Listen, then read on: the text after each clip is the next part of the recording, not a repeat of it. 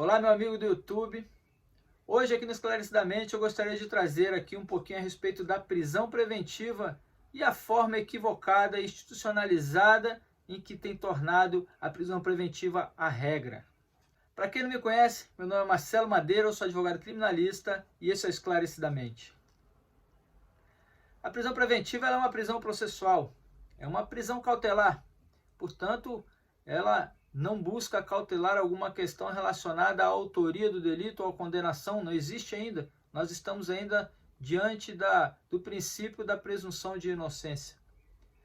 Portanto, nós temos que observar que o juiz ele deve trazer elementos que justifiquem uma cautela processual, que justifique uma necessidade dessa prisão em relação ao processo, a persecução penal do Estado.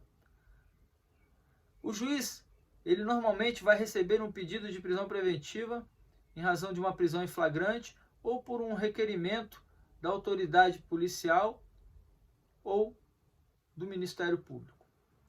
No flagrante, nós temos audiência de custódia, ocasião em que o Ministério Público ele vai se manifestar pela prisão preventiva.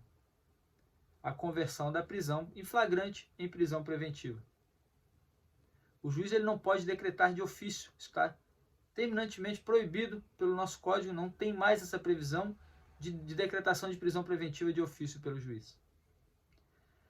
Havendo então um requerimento nessa espécie de prisão preventiva, o juiz ao decidir ele tem que demonstrar a existência de materialidade e de indícios suficientes de autoria. Indícios, não autoria. Se o juiz relatar a respeito da existência de autoria, essa decisão já é ilegal, porque ela já traz uma antecipação em relação à condenação, em relação a uma própria instrução processual futura. Ou seja, o juiz já se torna parcial efetivamente. Além disso, nós temos no artigo 313 a necessidade de que se demonstre que o crime em relação ao que está se analisando, ele possui pena maior de 4 anos. O artigo 312 ainda exige a garantia da ordem pública, garantia da ordem econômica, garantia da aplicação da lei penal ou ainda por conveniência da instrução criminal. Mesmo havendo esses requisitos, há ainda no artigo 312, com alteração feita pela lei do pacote anticrime, que o juiz deve demonstrar, com base em elementos dos autos, o perigo gerado pelo estado de liberdade do acusado. Ou seja, o juiz deve trazer ainda uma relação de proporcionalidade. Entendo eu que mesmo havendo os requisitos relacionados à garantia da ordem pública, da ordem econômica, por conveniência da instrução processual ou ainda por garantia da aplicação da lei penal, deve-se analisar uma questão de proporcionalidade. O que seria isto?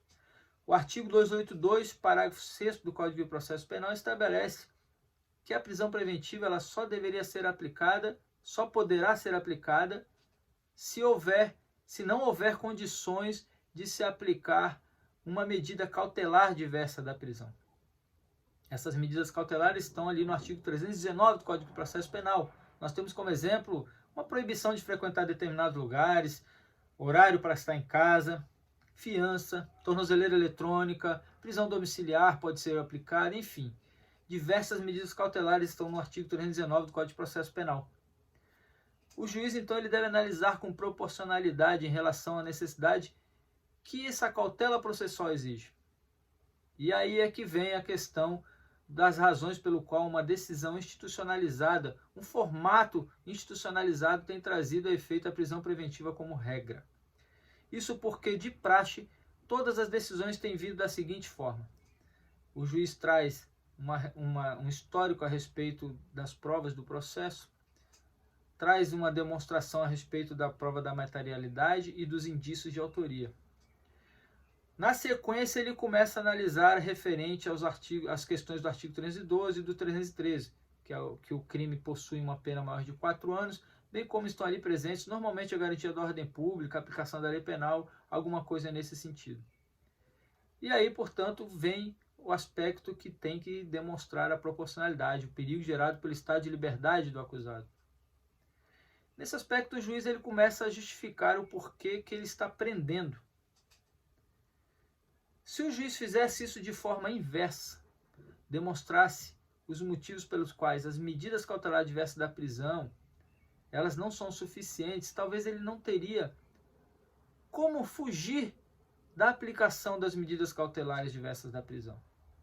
Percebemos que, às vezes, inconsciente, como dito, acho pouco provável, mas é uma visão autoritária. Primeiro ele prende e depois ele diz por que não tem como deixar solto. Agora, se ele justificasse efetivamente, inicialmente, antes da prisão, o porquê que as medidas cautelares não são suficientes, ele teria que trazer com base nos elementos dos autos, porque cada medida daquela prevista no artigo 319 não é suficiente.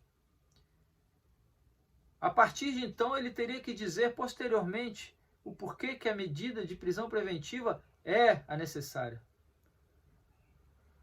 Ou seja, ele já ficaria com menos elementos para decretar a prisão preventiva. É claro, nós temos a utilização do direito penal, do processo penal, como uma forma de trazer respostas à sociedade. Aquele exemplo de que haveria uma falsa sensação de impunidade. E tudo isso reflete efetivamente na automação de uma prisão preventiva como regra. Eu gostaria de trazer aqui, enfim, ao final, o reflexo que nós temos hoje nas nossas penitenciárias com esse grande avanço de prisões. É o crescimento das organizações criminosas, o crescimento da quantidade de criminosos e o crescimento da pobreza e muito mais da criminalidade daqueles indivíduos que entram no presídio e de lá saem formados na organização criminosa.